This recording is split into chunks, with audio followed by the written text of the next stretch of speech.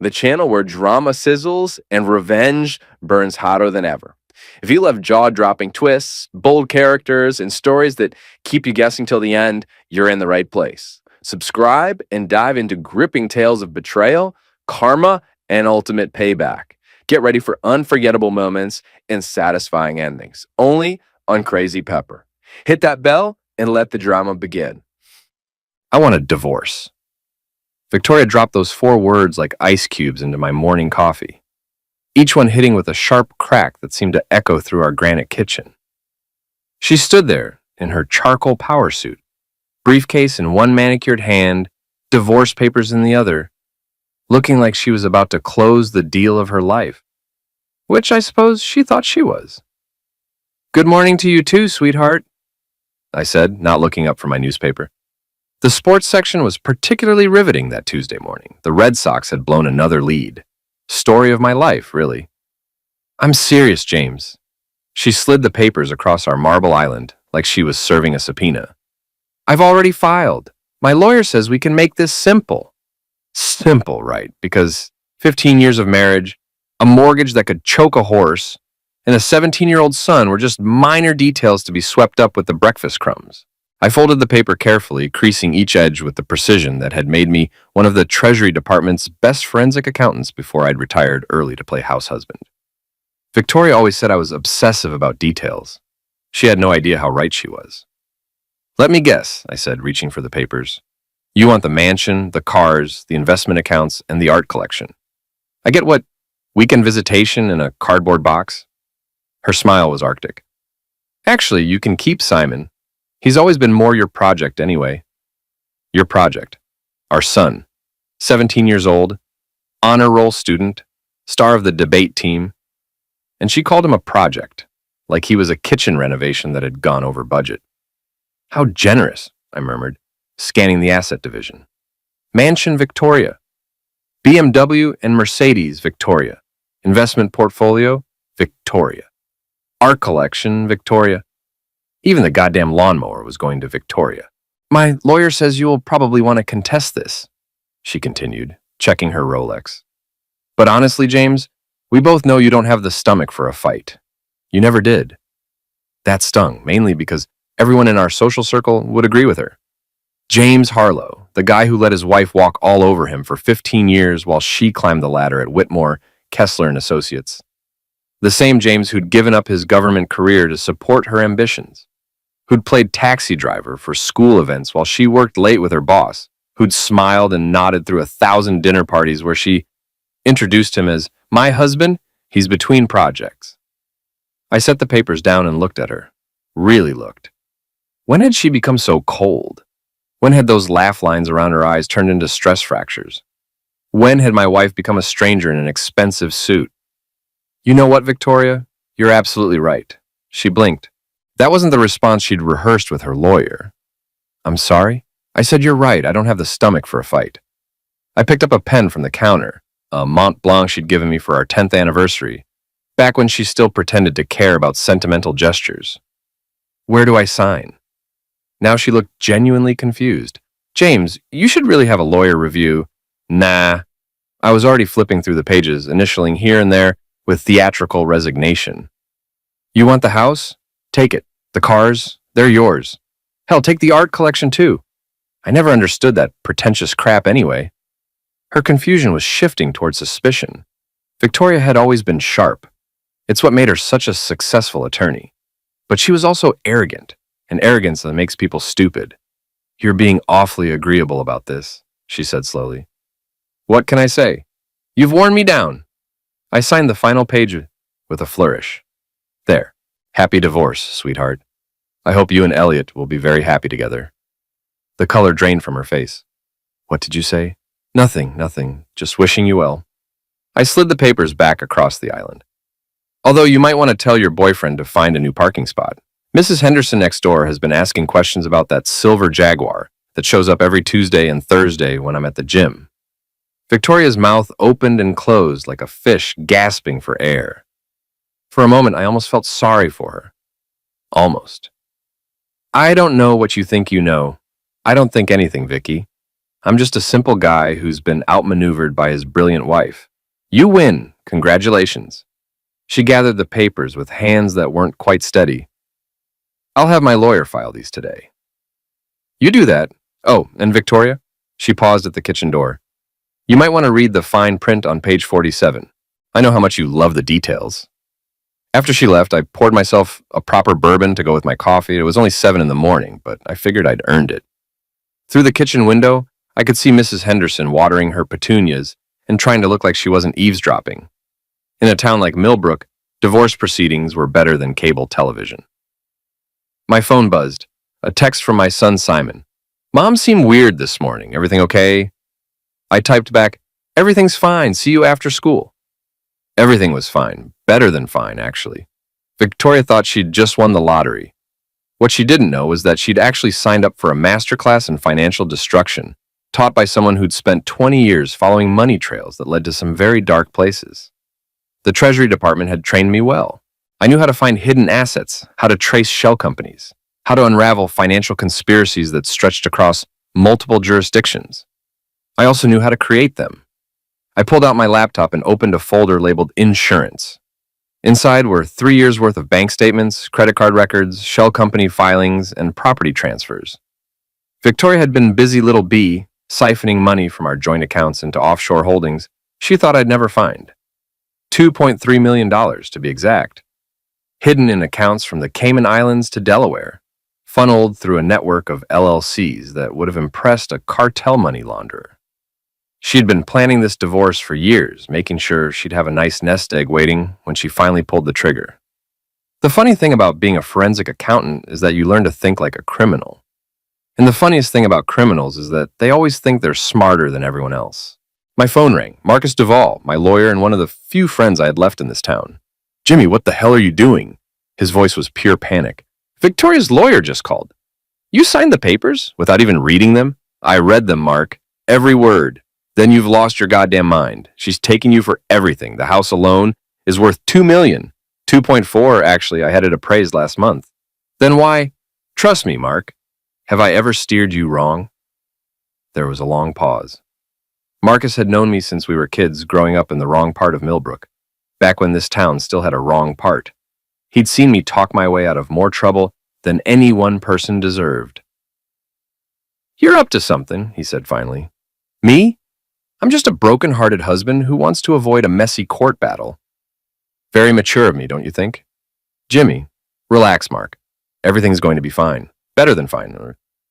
Oh, and you might want to clear your schedule for the next few weeks. I have a feeling you're going to be very busy. I hung up before he could ask any more questions. Through the window, I could see Mrs. Henderson had moved on from the petunias to the roses, but she was still stealing glances at my house.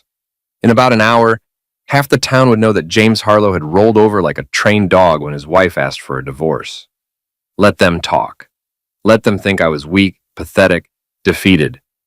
It would make what came next so much sweeter.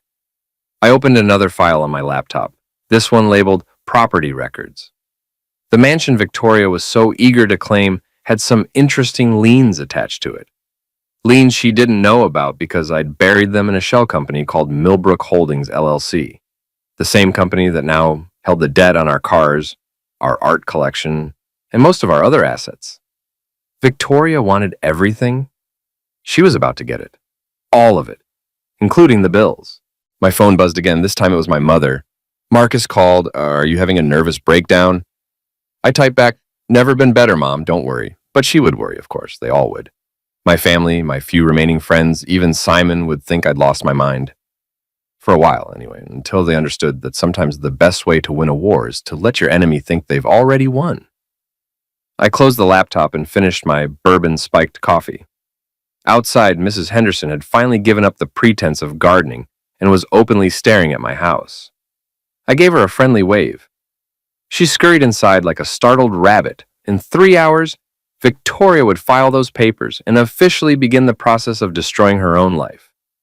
The irony was beautiful in its simplicity. She'd done all the hard work herself. I'd just provided the rope. Time to get dressed. I had a boxing lesson with Coach Red at 10, and I didn't want to be late. The old man had been teaching me more than just how to throw a punch.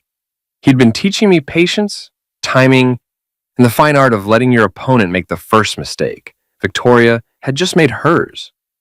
The Millbrook Boxing Club occupied the basement of what used to be Murphy's Tavern, back when this town still had working-class heroes instead of hedge fund managers. The place smelled like sweat, leather, and honest work. Three things that had become increasingly rare in our gentrified little corner of New England. Coach Red was waiting for me at the heavy bag, wrapping his hands with the methodical precision of a man who'd been doing this for 60 years. At 73, Red Murphy still looked like he could go 3 rounds with men half his age, which he occasionally did when some young hotshot thought the old man was past his prime. "You look like crap, Jimmy," he said without looking up from his hand wraps. "Good morning to you too, Red. Heard Victoria served you papers this morning. Mrs. Henderson called her sister, who called my niece, who called me. Grapevine in this town moves faster than bad news." I started wrapping my own hands, enjoying the ritual of it. "And what did the grapevine tell you? That you rolled over like a whipped dog, signed everything without a fight." Red finally looked at me, his pale blue eyes sharp as broken glass. "Of course, the grapevine don't know you like I do." "Maybe the grapevine's right. Maybe I am just a whipped dog," Red snorted. "And maybe I'm the Queen of England. You forget, boy, I knew your daddy. Tommy Harlow never backed down from a fight in his life, and he didn't raise his son to be a quitter either." My father had died when I was 12, but Red remembered him like it was yesterday. Tommy Harlow, who'd worked construction until his back gave out, who'd taught me that sometimes you had to lose a battle to win a war, who'd made me promise to always use my brain before my fists. "Dad also taught me to pick my fights carefully," I said, testing the wraps. "Smart man, your father. So tell me, Jimmy, what fight are you really picking?" I started working the heavy bag, letting my fists do the talking for a while. Red had a way of getting information out of people, a skill he'd learned during his brief career as a Boston police detective before he'd come home to run the family bar. "You know what Victoria's biggest mistake was, Red? Cheating on you? Nah, cheating was just stupid. Her biggest mistake was underestimating me. I threw a combination that would have dropped a smaller man. She thinks I'm weak because I supported her career. She thinks I'm stupid because I didn't go to law school. She thinks I'm broke because I retired early. And you're none of those things. I'm exactly none of those things." Red nodded approvingly. "Your daddy would be proud. He always said the best revenge was letting people hang themselves with their own rope." Speaking of rope, I might need some help in the next few weeks. You still have contacts in the police department? Depends what kind of help you're talking about. The legal kind. I might need some documents verified, some property records checked. Nothing shady, just thorough. Red's grin was wolfish. "I think that can be arranged, especially if it means watching Victoria Harlow get what's coming to her. That woman's been looking down her nose at this neighborhood since the day you married her." We worked out for another hour, Red pushing me harder than usual. By the time we finished, my shoulders were screaming and my hands were numb. But my head was clear. Physical exhaustion had a way of sharpening mental focus, something I'd learned during my government days when stress levels ran high, and mistakes could be fatal. "One more thing, Red," I said as I unwrapped my hands. "If anyone asks, I'm having a nervous breakdown. Drinking too much, not sleeping, the whole pathetic divorced guy routine." "How pathetic we talking? Pathetic enough that people feel sorry for me? Pathetic enough that Victoria lets her guard down?" Red's laugh was like gravel in a cement mixer. "Boy, you are your father's son." I drove home through downtown Millbrook, past the boutique shops and organic cafes that had replaced the hardware stores and diners of my childhood. The transformation had been gradual, but relentless. Old money driving out working families, artisanal coffee shops replacing honest bars, yoga studios where auto repair shops used to be. Victoria loved the new Millbrook. She'd been one of its architects, serving on the zoning board and historical preservation committee, making sure the town maintained its character while systematically pricing out anyone who couldn't afford a $500,000 mortgage. I'd never fit into her vision of the perfect suburban husband, too blue-collar, too direct, too unwilling to play the social games that mattered to her circle. But I'd tried, God help me. I'd worn the right clothes to the right parties, made small talk about wine and real estate, pretended to care about the latest renovations on Elm Street. The irony was that while I was playing dress-up, I was also quietly building a financial empire that dwarfed anything Victoria's lawyer friends could imagine. Government work had taught me about money, how it moved, how it hid, how it could be traced and tracked and trapped. When I'd retired at 45, I'd used those skills to build a portfolio that would have impressed a Wall Street veteran. Victoria knew I had money, of course. She just didn't know how much or where it was hidden, or how carefully I'd structured everything to protect it from exactly the kind of divorce she was trying to pull off. My phone rang as I pulled into the driveway. Simon calling from school. "Dad, are you okay? Mom called and said some weird stuff about the house and lawyers, and I don't know what's going on." 17 years old and already smarter than half the adults in this town. Simon had inherited his mother's sharp mind and his father's BS detector, a combination that was going to serve him well in life. "Everything's fine, kiddo. Your mom and I are just working through some legal stuff, nothing for you to worry about." "Are you getting divorced?" No point in lying to him. Simon was too smart for that, and he deserved better than sugar-coated BS. "Yeah, we are, but it's going to be okay. Better than okay, actually." "Where am I going to live?" "With me. Your mom's going to be pretty busy for a while." There was a long pause. "Dad, are you sure you're okay? You sound different." "I'm fine, Simon. Better than I've been in years. Trust me on this one." After I hung up, I sat in the car for a moment, looking at the house Victoria was so eager to claim.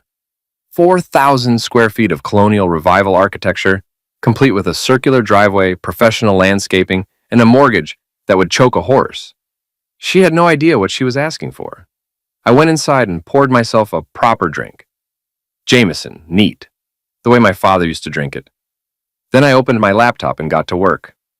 The beauty of shell companies is their simplicity. Create a limited liability corporation in Delaware, where corporate privacy laws are more protective than attorney-client privilege. Fund it with money that's already yours, just moved around enough to obscure the trail. Then use that company to buy debt, acquire liens, and generally make life complicated for people who think they're smarter than you are. Millbrook Holdings, LLC owned approximately $1.8 million in liens against our house. Acquired over the past 3 years through a series of perfectly legal transactions that Victoria's lawyer would never think to investigate. The cars were leased through another shell company I controlled, with balloon payments due upon title transfer. The art collection had been quietly replaced with high-quality forgeries, while the originals were sold through private dealers. Everything Victoria wanted was either worthless or came with strings attached. Beautiful, expensive, financially devastating strings. My phone buzzed, a text from Marcus. "Lunch tomorrow, we need to talk." I typed back, "Can't, seeing a therapist, nervous breakdown, remember?" Which was actually true. I had an appointment with Dr. Sarah Chen, a psychiatrist who specialized in divorce trauma. Not because I needed therapy, but because I needed documentation. When this whole thing went to court, and it would go to court, I wanted a paper trail showing that I'd been emotionally devastated by my wife's betrayal. Devastated, confused, and completely incapable of the kind of sophisticated financial planning that was about to destroy Victoria's life. Sometimes the best disguise is the truth, told from a carefully chosen angle. I spent the rest of the afternoon reviewing property records and bank statements, making sure every detail was perfect. Victoria's lawyer would eventually figure out what had happened, but by then it would be too late. The papers were signed, the assets were transferred, and the debt was legally hers. Around 5 o'clock, I heard Victoria's car in the driveway. She was home early, probably eager to start planning her new life with Elliot Granger, her boss, and soon-to-be second husband. I wondered if she'd told him about the hidden offshore accounts, or if she was planning to keep those as her own little secret. Either way, it didn't matter. By tomorrow morning, those accounts would be frozen pending an IRS audit that I'd been carefully orchestrating for the past 6 months. Victoria walked into the kitchen like she owned the place, which, legally speaking, she was about to. "The papers are filed," she announced. "My lawyer says we should be finalized within 60 days. "Congratulations," I said, raising my glass in a mock toast, "to new beginnings." She studied my face, looking for signs of sarcasm or hidden anger. She found neither because I had had years of practice hiding my true feelings from her. "James, I want you to know this isn't personal. We just grew apart." "Of course, these things happen. And I want us to be civil about this. For Simon's sake." "Absolutely. Civil is my middle name." She relaxed slightly, reassured by my apparent acceptance of defeat. I'm going to pack some things. I'll be staying at a hotel until this is all sorted out. The Marriott downtown? Her face went pale. The Marriott was where she'd been meeting Elliot for the past 18 months, every Tuesday and Thursday afternoon while I was at the gym. She'd used our joint credit card to pay for the rooms, probably thinking I was too stupid or too trusting to notice. How did you? Lucky guess. It's a nice hotel, good room service. I could see her mind racing, trying to figure out how much I knew and how long I'd known it. The answer was everything in 3 years, respectively. But she didn't need to know that yet. I should go pack, she said finally. Take your time. It's still your house. For now. After she left, I called Red's nephew, Danny, who worked for the county assessor's office. Tomorrow morning, Danny would file the paperwork transferring ownership of the house to Victoria. By tomorrow afternoon, Millbrook Holdings would file notice that the property's debt had been called due immediately. Victoria would own the house for approximately 6 hours before discovering that she also owned $1.8 million in liens against it. I poured another drink and stepped onto the back deck, looking out over the perfectly manicured lawn that Victoria was so proud of. In the distance, I could see the lights of downtown Millbrook, where she was probably celebrating her victory with Elliot at some overpriced restaurant. Let them celebrate. Let them plan their future together, their new life built on stolen money and broken promises. They had no idea what was coming. Dr. Sarah Chen had the kind of office that was designed to make people feel comfortable about sharing their deepest failures. Soft lighting, earth-tone furniture, and a strategically placed box of tissues that had probably absorbed more tears than a funeral parlor. How are you sleeping, James? She asked, making notes in a leather-bound journal that probably cost more than most people's monthly rent. Not well. 3, maybe 4 hours a night. I keep thinking about where I went wrong, what I could have done differently. This was actually true. I'd been sleeping poorly, but not because of guilt or regret. I'd been staying up late, reviewing financial records and coordinating the various moving parts of Victoria's impending destruction. It's surprisingly difficult to ruin someone's life legally. There are so many regulations to follow. That's very common in cases of sudden marital dissolution, Dr. Chen said sympathetically. The mind struggles to process such a dramatic change in circumstances. I gave her everything she wanted, the house, the cars, even the art collection. My lawyer thinks I'm having a breakdown. What do you think? I paused, staring out her window at the parking lot where Victoria's BMW was sitting. She'd driven it to her own lawyer's office this morning, probably to sign the final transfer documents. In about 6 hours, that car would officially belong to her. In about 6 hours and 15 minutes, the leasing company would demand immediate payment of the balloon clause. I think I'm tired, I said finally. Tired of fighting, tired of pretending everything was fine when it obviously wasn't. Dr. Chen made more notes. James, I'm going to recommend that you continue these sessions twice weekly for the next month. You're dealing with significant trauma and you're going to need support as you navigate this transition. Perfect. Twice weekly sessions would provide excellent documentation of my emotional state during the divorce proceedings. When Victoria's lawyer inevitably accused me of financial manipulation, I'd have a psychiatrist's records showing that I was barely functional enough to dress myself, let alone orchestrate a complex revenge scheme. I'd like that, I said. I really think I need help. After the session, I drove to Murphy's Hardware, on the old side of town, one of the few businesses that had survived Millbrook's gentrification.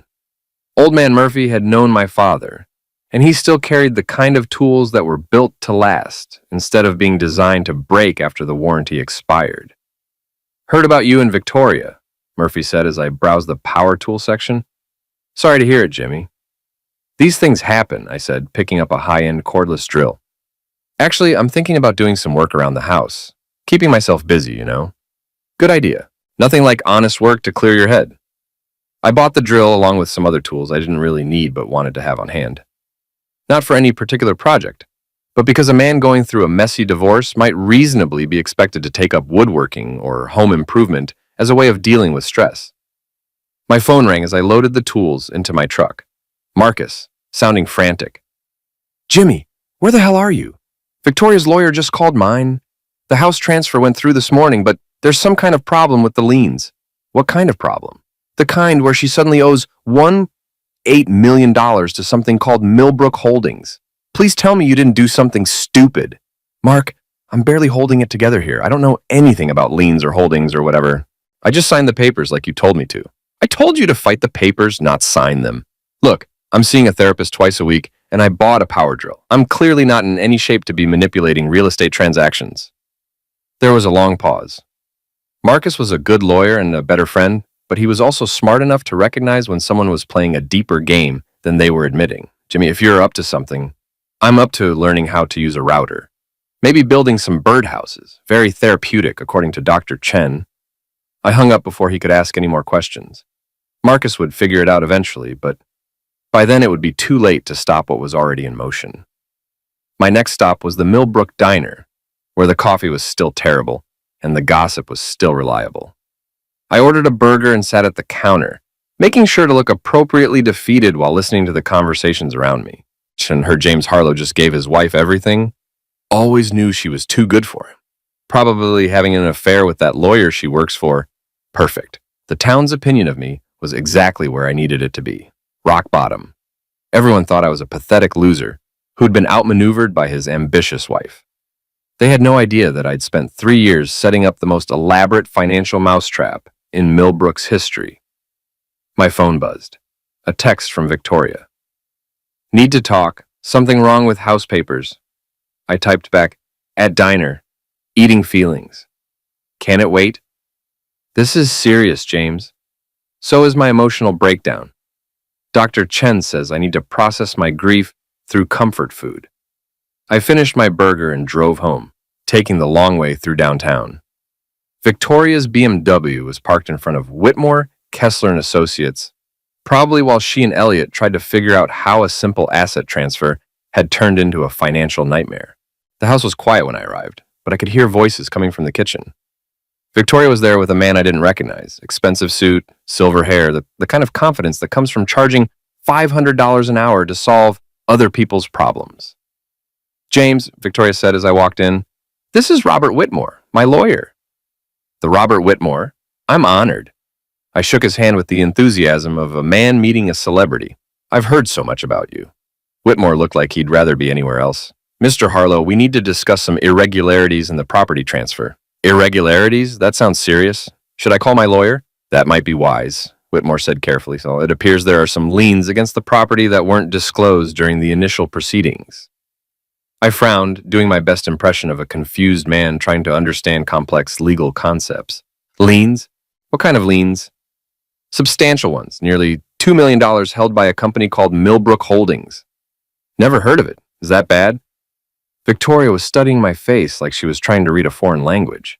James, did you know about these liens? Honey, I don't even know what a lien is. I'm a simple guy who just wants to get through this divorce without having a complete nervous breakdown. Which was technically true.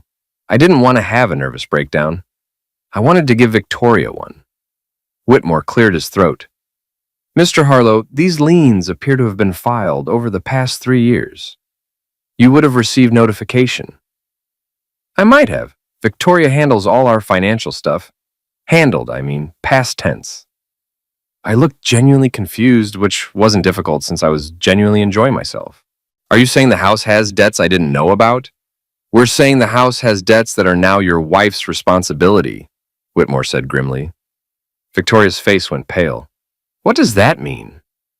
It means you own a house worth $2.4 million that has $1.8 million in liens against it. The net value is approximately $600,000, assuming you can service the debt. And if I can't service the debt, then Millbrook Holdings can foreclose on the property. The silence that followed was beautiful. Victoria was doing rapid mental calculations, probably trying to figure out how her brilliant divorce strategy had turned into a financial disaster. Whitmore was reviewing his notes, looking for some legal loophole that would save his client from her own greed. There has to be some mistake, Victoria said finally. No mistake, Whitmore replied. The liens are legitimate, properly filed, and legally binding. Whoever owns Millbrook Holdings has a senior claim on this property. Can we find out who owns it? It's a Delaware corporation. Privacy laws make it very difficult to determine beneficial ownership. I nodded sympathetically. That sounds complicated. Maybe you should hire a forensic accountant or something. Victoria's eyes narrowed. A forensic accountant? Sure. Someone who specializes in tracking down financial stuff.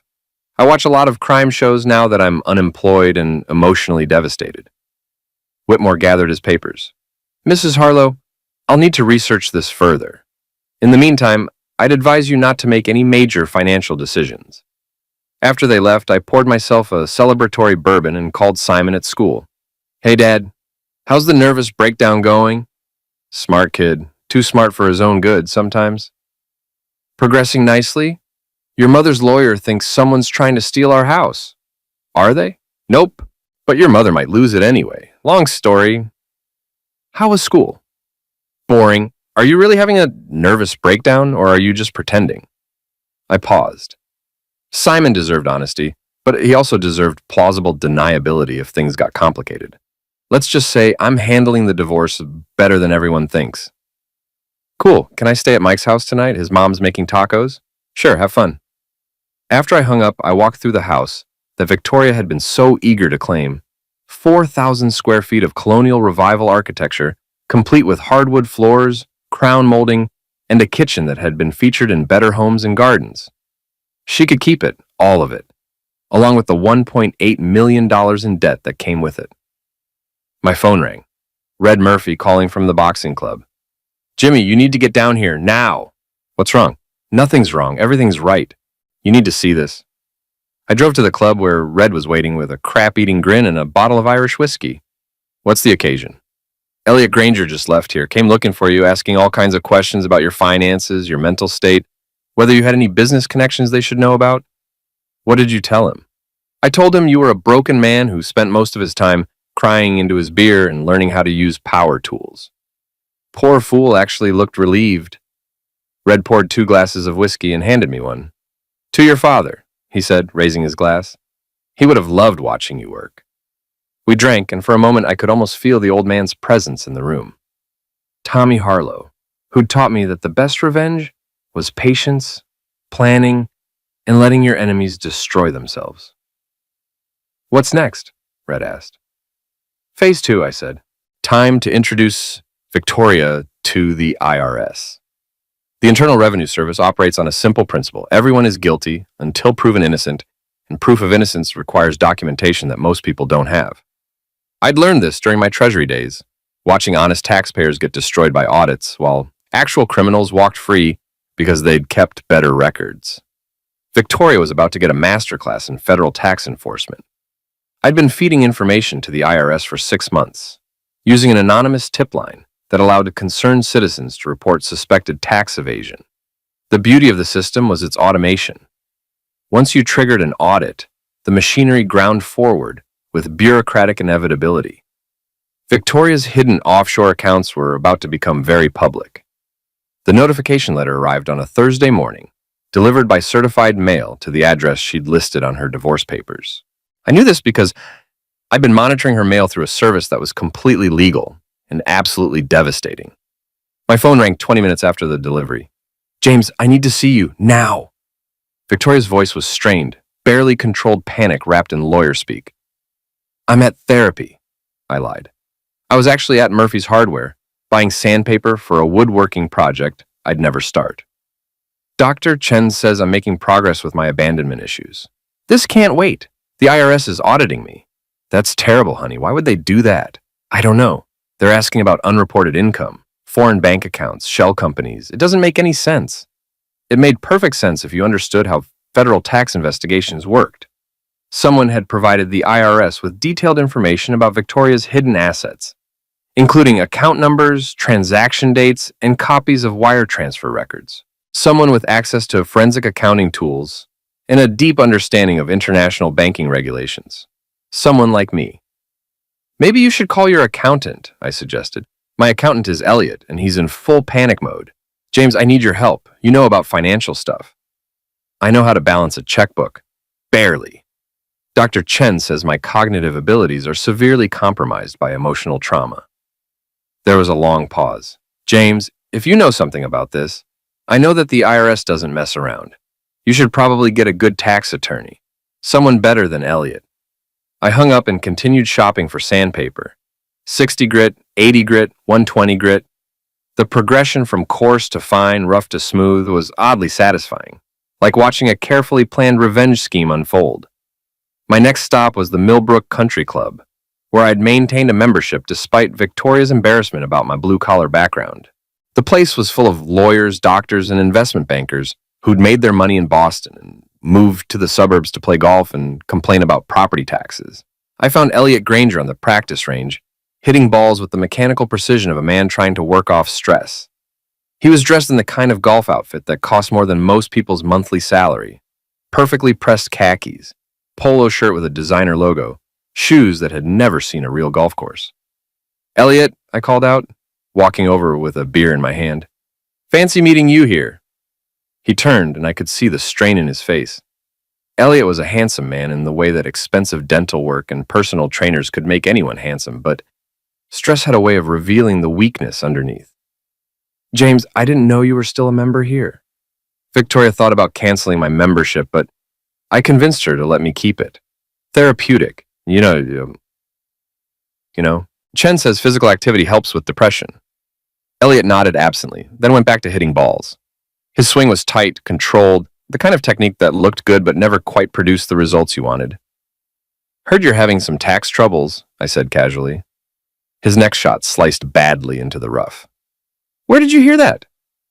"Small town. Word gets around. Victoria called me this morning, pretty upset about an audit. It's probably just routine, and these things happen." "Sure they do." "Although I heard they're asking about foreign accounts, shell companies, that kind of thing. Sounds pretty serious." Elliot set down his club and turned to face me. "James, what exactly are you implying?" "Nothing at all. I'm just a simple guy who doesn't understand complicated financial stuff. But if I had to guess, I'd say someone's been hiding money from the government. Someone who thought they were smarter than the IRS. That's a serious accusation."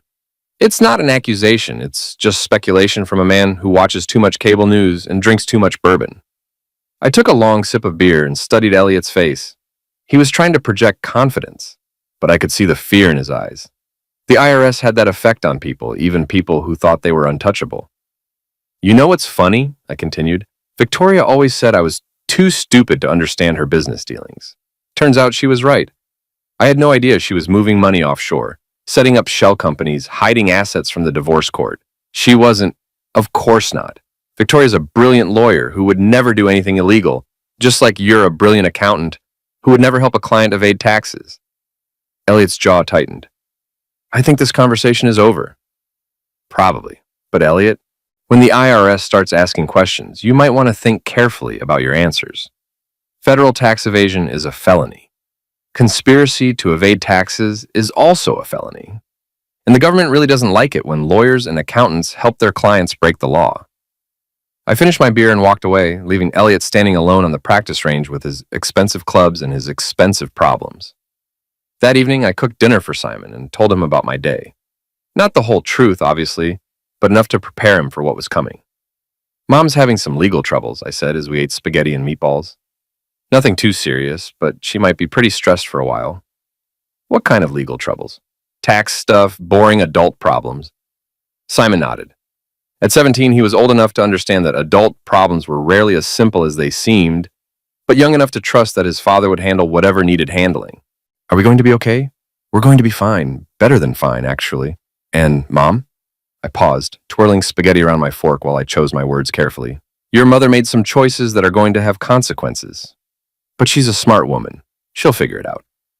After dinner, Simon went to his room to do homework while I opened my laptop and checked the latest developments in Victoria's unraveling life.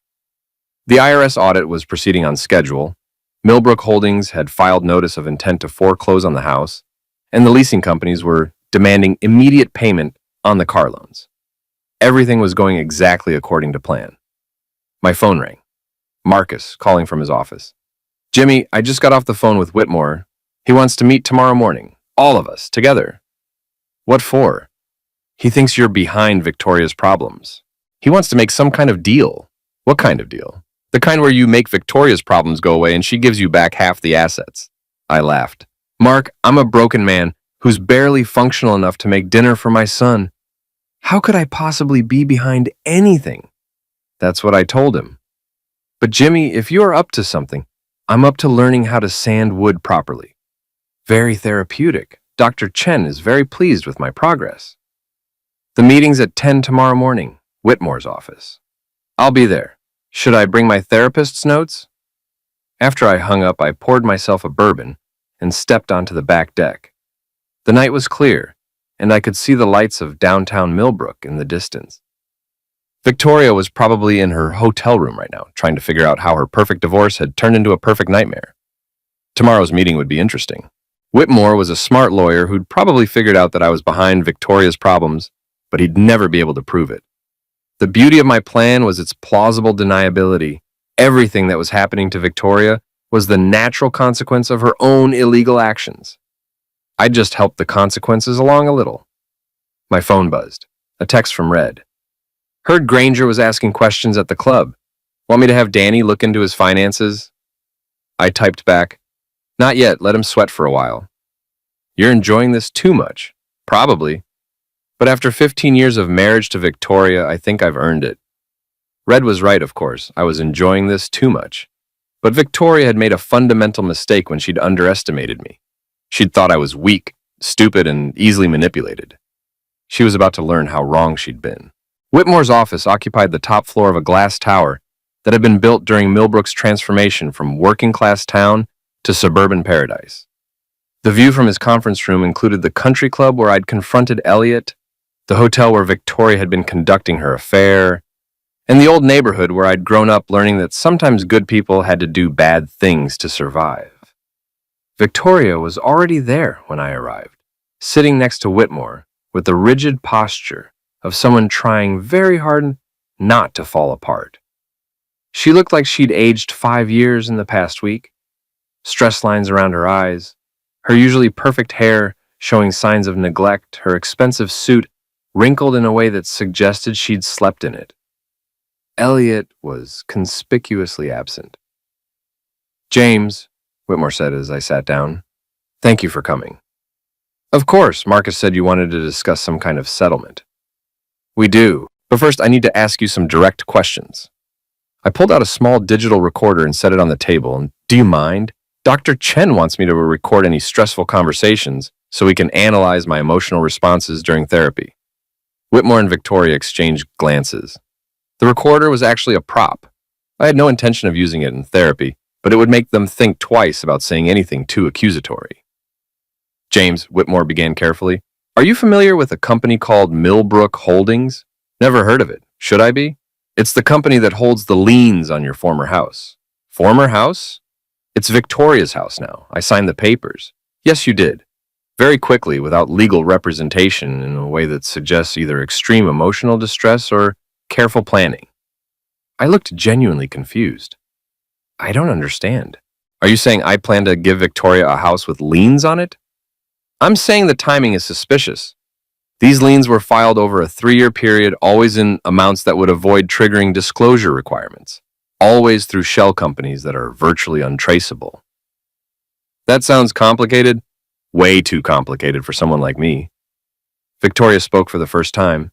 James, I know you're angry about the divorce. I'm not angry, honey. I'm devastated. There's a difference. Dr. Chen explained it to me. But if you're behind this, we can work something out. A more equitable division of assets. I leaned back in my chair, doing my best impression of a man trying to process complex information with a brain addled by emotional trauma. Let me see if I understand this correctly. You think I somehow created fake liens against our house, then tricked you into taking ownership so you'd be stuck with the debt? It's a possibility we have to consider, Whitmore said. But that would require me to understand real estate law, corporate structures, Delaware incorporation procedures, and federal disclosure requirements. Plus, I'd need access to sophisticated financial tools and probably some kind of insider knowledge about how these systems work.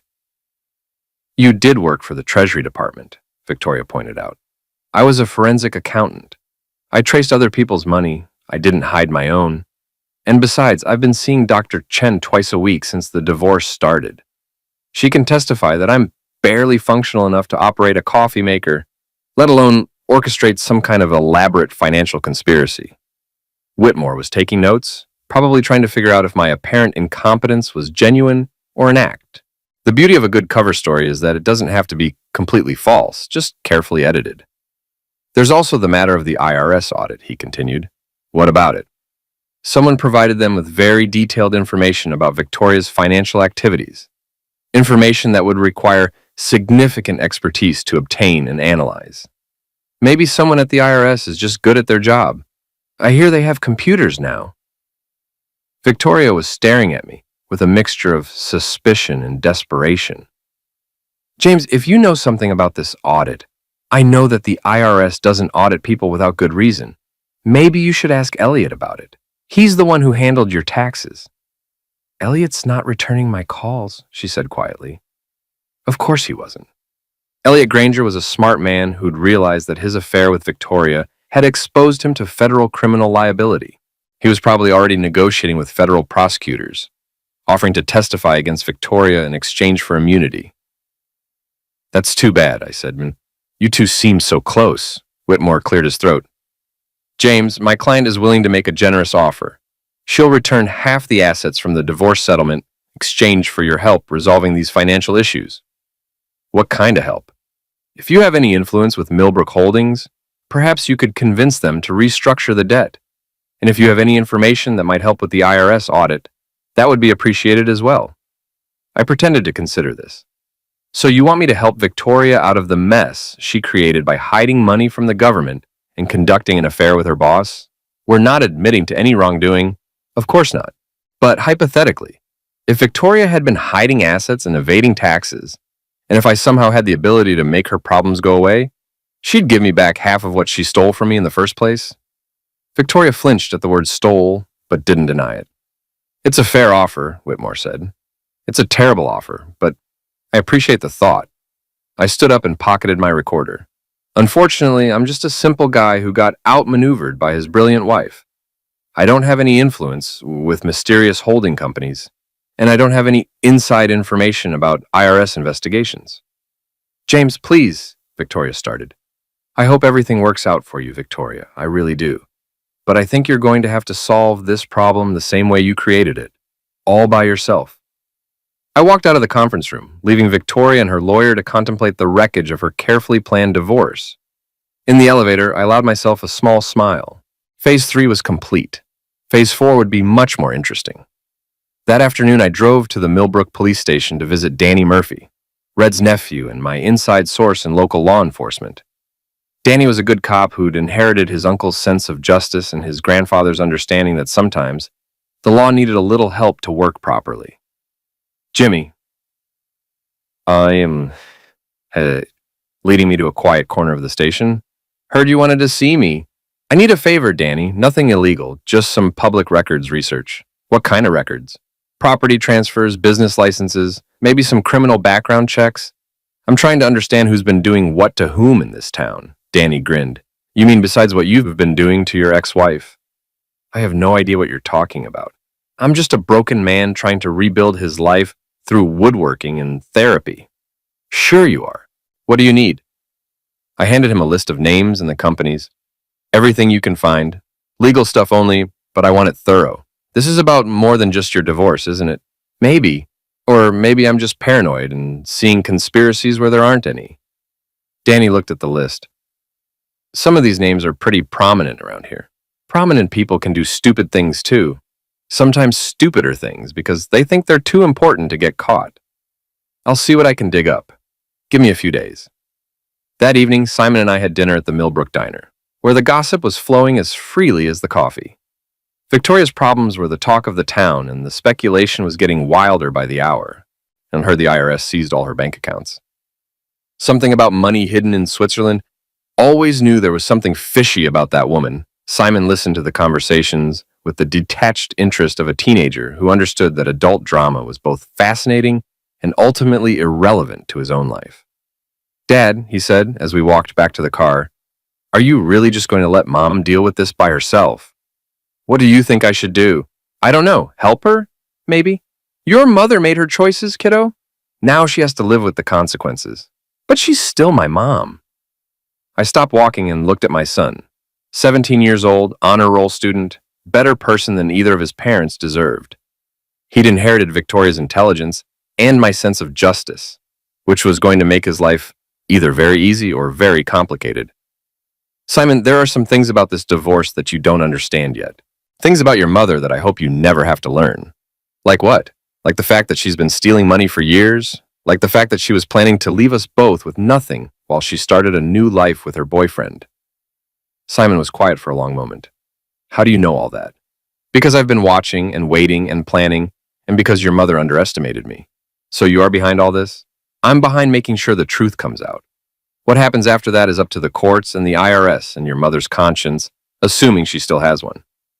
We drove home in silence, past the house that Victoria was about to lose, past the hotel where she'd conducted her affair, past the law office where she'd planned my destruction. Millbrook looked peaceful in the evening light, like a Norman Rockwell painting come to life. But underneath the surface, the town was full of secrets, lies, and carefully hidden corruption. Victoria wasn't the only one who'd been playing games with other people's money. She was just the first one I'd decided to expose. My phone rang as we pulled into the driveway. Marcus, sounding exhausted. "Jimmy, Whitmore just called. Victoria wants to settle. She'll give you back everything, the house, the cars, the accounts, if you'll help her with the IRS. Everything? Everything, plus she'll pay your legal fees and give you primary custody of Simon." I pretended to consider this. That's a generous offer. It's a desperate offer. She's facing federal charges, Jimmy. Tax evasion, wire fraud, maybe conspiracy. She could go to prison. That would be terrible. So you'll take the deal? No. What? Jimmy, this is everything you wanted. No, Mark. This is everything Victoria's willing to give me to save herself from the consequences of her own actions. There's a difference. You're making a mistake. Maybe. But it's my mistake to make. After I hung up, Simon and I sat on the front porch, watching the sun set over the town that had shaped both of our lives. Tomorrow, Victoria would probably try a different approach. Threats instead of bribes. Legal intimidation instead of financial incentives. It wouldn't matter. The machinery of justice was already in motion, grinding forward with bureaucratic inevitability toward a conclusion that had been 3 years in the making. Victoria had wanted everything. Now she was about to get exactly what she deserved. The Millbrook Summer Festival was the kind of small-town event that brought out everyone from the mayor to the mailman, complete with live music, craft booths, and enough local politics to fuel gossip for the rest of the year. This year's festival had the added attraction of being held just 3 blocks from the courthouse where Victoria's criminal trial was scheduled to begin the following Monday. Perfect timing. I'd volunteered to help with the sound system, which gave me access to the microphone and a legitimate reason to be on stage during the evening's festivities. Red Murphy was handling security, which meant he could make sure certain people stayed and certain other people left when the time was right. Victoria arrived around 7 o'clock, looking like a woman who'd aged a decade in 3 months.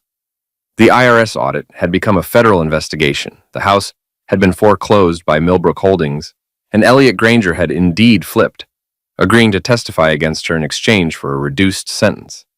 She was wearing a simple black dress instead of her usual designer suits, driving a rental car instead of her BMW,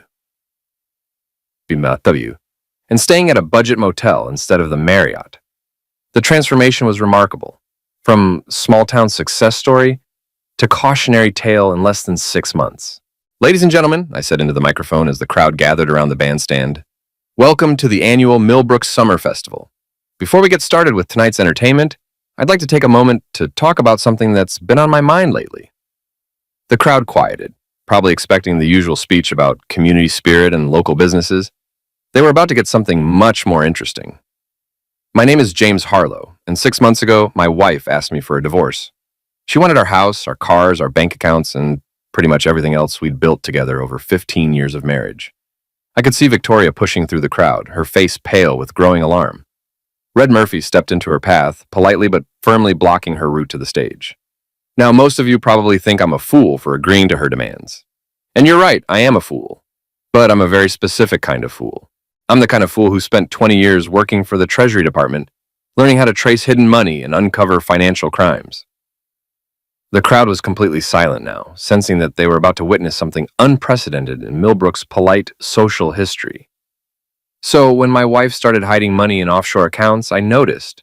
When she created shell companies to move assets beyond the reach of divorce courts, I noticed. And when she began planning to leave me with nothing while she started a new life with her boss, I definitely noticed. Victoria was shouting something from the crowd, but the microphone gave me the advantage. Her voice was lost in the murmur of 300 people trying to process what they were hearing. The funny thing about financial crimes is that they always leave a trail. Wire transfers, corporate filings, tax documents. It's all there if you know where to look. And I knew exactly where to look. I pulled out a folder thick with documents. For example, did you know that Victoria Harlow has been hiding $2.3 million in Cayman Islands bank accounts for the past 6 years? Or that she used our joint credit cards to pay for hotel rooms where she met with Elliot Granger every Tuesday and Thursday for 18 months? The crowd was getting restless now. Some people moving closer to hear better. Others backing away from what was clearly going to be an ugly scene. I could see Danny Murphy near the edge of the crowd, ready to intervene if things got physical. But here's the really interesting part, I continued. When Victoria filed for divorce, she committed perjury by failing to disclose these hidden assets. When she transferred property to avoid paying taxes, she committed wire fraud. And when she conspired with Elliot Granger to hide money from the IRS, she committed federal tax evasion. Victoria had finally broken free from Red's polite restraint and was climbing onto the stage. She looked like a woman who'd been pushed beyond her breaking point. "James, stop this. You're destroying everything." I handed her the microphone. "Your turn, Victoria. Tell everyone how I'm wrong. Explain to your friends and neighbors how you earned $2.3 million on a lawyer's salary without paying taxes on it." She stared at the microphone like it was a poisonous snake. Around us, the crowd was completely silent, waiting to see what she would say. This is private business. Family business. Not anymore, it isn't. Monday morning, you're going to federal court to face charges of tax evasion, wire fraud, and conspiracy. The government has bank records, wire transfer receipts, and testimony from your co-conspirator. It's all going to be public record. Victoria's composure finally cracked completely. "You fool! You planned this whole thing. You manipulated me into taking the house. You fed information to the IRS. You destroyed my life." "No, Victoria, you destroyed your own life. I just made sure you got caught." She swung the microphone at my head, but I'd been expecting that. Years of boxing with Red Murphy had taught me how to duck a wild haymaker. Victoria's momentum carried her forward, and she stumbled off the stage into the arms of two very surprised festival volunteers. The crowd erupted in chaos. Some people were cheering, some were shouting questions, and some were just standing there with their mouths open. I could see cell phone cameras recording everything, which meant this scene would be on social media within minutes. Perfect. "Ladies and gentlemen," I said, taking back the microphone, "I apologize for disrupting your evening. But sometimes the truth needs to be told in public, especially when the people involved have been lying to this community for years." I stepped off the stage and walked through the crowd, which parted like the Red Sea. Victoria was being helped to her feet by the volunteers, her black dress torn and her carefully maintained facade in ruins. "James," she called after me, "this isn't over." I turned back to face her. "Yes, it is. You wanted everything, Victoria. Now you have it. Federal charges, public humiliation, and the undivided attention of the Internal Revenue Service. Enjoy." I walked home through the quiet streets of Millbrook, past the house I'd grown up in, past the boxing club where Red had taught me patience, past the diner where the town's gossips were probably already spreading the news of Victoria's spectacular downfall.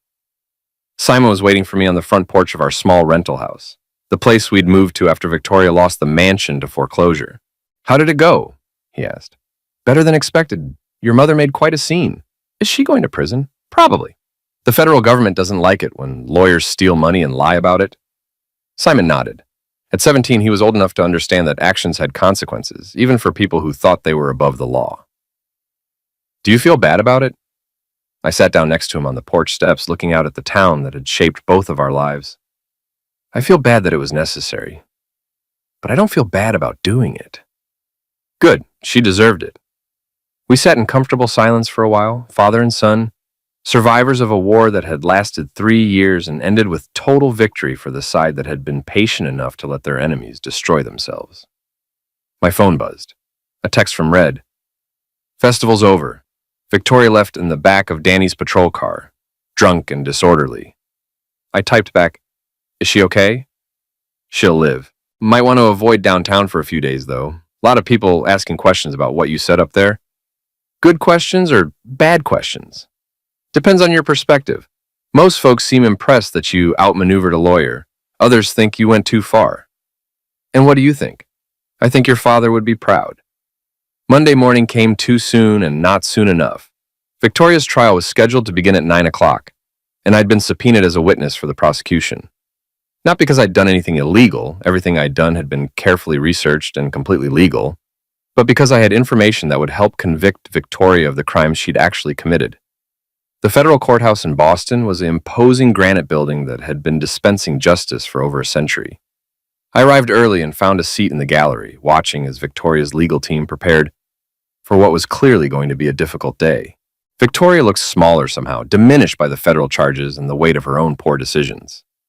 She was wearing a conservative blue suit and no jewelry, probably on the advice of lawyers who understood that juries didn't like defendants who looked too wealthy. The prosecution's case was methodical and devastating. Bank records showing the hidden accounts, wire transfer receipts proving the movement of money, corporate filings demonstrating the creation of shell companies, and finally, Elliot Granger's testimony about how he'd helped Victoria hide assets from both the IRS and the divorce court. When they called me to testify, I told the truth, the whole truth, and nothing but the truth. I explained how I'd discovered Victoria's hidden accounts, how I'd documented her illegal activities, and how I'd provided information to the appropriate authorities. Victoria's lawyer tried to paint me as a vindictive ex-husband seeking revenge, but the evidence spoke for itself. I hadn't created the offshore accounts or filed the false tax returns or conspired to hide money from the government. I'd simply made sure that Victoria's crimes were discovered and prosecuted. The jury deliberated for less than 3 hours. Guilty on all counts. Victoria was sentenced to 4 years in federal prison, followed by 3 years of supervised probation. She was also ordered to pay $2 million in back taxes, penalties, and interest. Money she no longer had because the government had seized all her hidden accounts. I didn't stay for the sentencing. I'd heard enough, seen enough, and said enough. Justice had been served. Not by me, but by a system that worked exactly the way it was supposed to when people like Victoria tried to cheat it. 6 months later, Simon and I were living in a modest house on the good side of Millbrook, the side where working people raised their families and minded their own business. I'd started a small consulting firm helping other people trace hidden assets and uncover financial fraud. Business was surprisingly good. Apparently, there were a lot of people in the world who needed to find money that other people had tried to hide. Simon was thriving in his senior year of high school, planning to study business and law at Boston College. He visited his mother once a month at the federal prison in Connecticut, maintaining a relationship that was cordial but distant. "Do you ever regret it?" he asked me one evening as we worked together in my woodshop, building a bookshelf that would actually get finished this time. And regret what? Destroying Mom's life. I set down my sander and looked at my son. "I didn't destroy your mother's life, Simon. I just made sure she couldn't destroy ours." "But you planned the whole thing.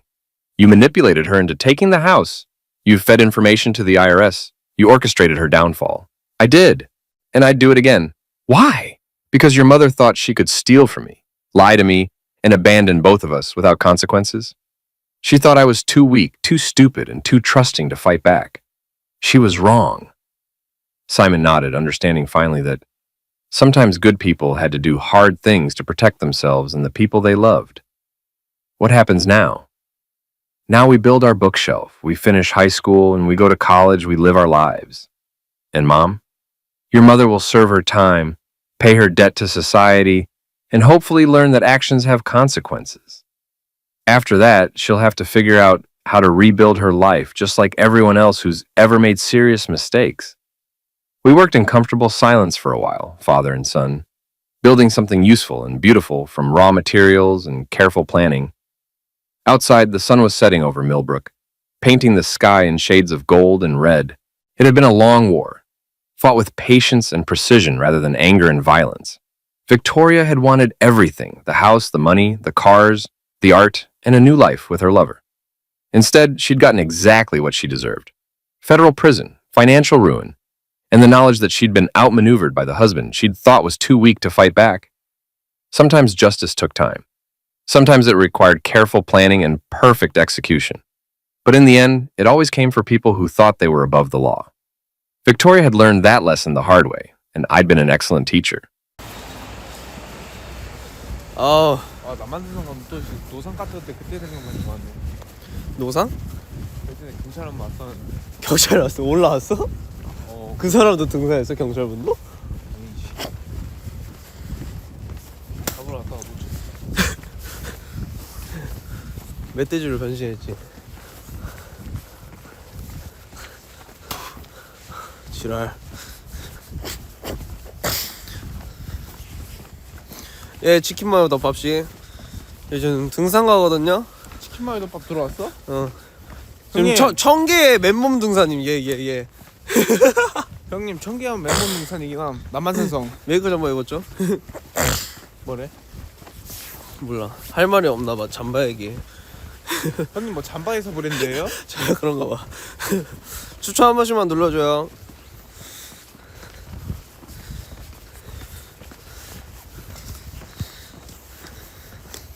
야, 여기서 좀 천천히 걸어야 돼. 영상. 너 뭐라 하는지 안 들린대. 어?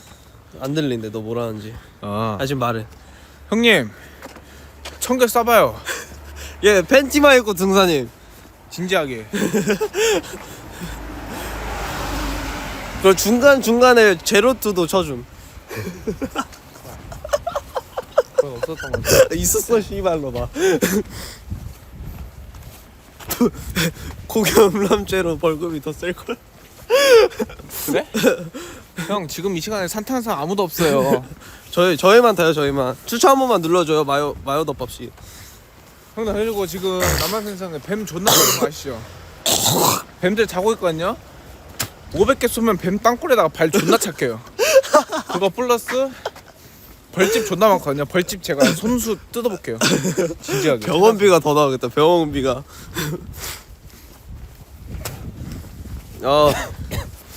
씨발 입고 언제 가?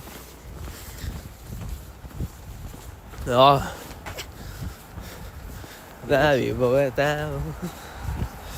무릎 왜 이렇게 아프냐? 아까 그 고양 자세 때문에. 그러니까 딛고 씨발. 왜 한마디 해. 한 번 더 해주세요. 형님들 지금 오신 분들 추천 한 번씩만 부탁드릴게요. 예. 추천 누르면 누르는 거지 뭐. 누르는 거지. 씨발 야 이러고 나가는 건 뭐 너무한 거 아니야? 나왔어? 응. 어쩌다 얘 돈도 없는 새끼. 말을 씨발. 근데 지금 추워가지고 상관없어요. 지금 존나 추워. 뭐가? 내복 입으면 등산하면 땀 엄청 많이 나지 않아? 형님 저 이미 땀 존나 났어.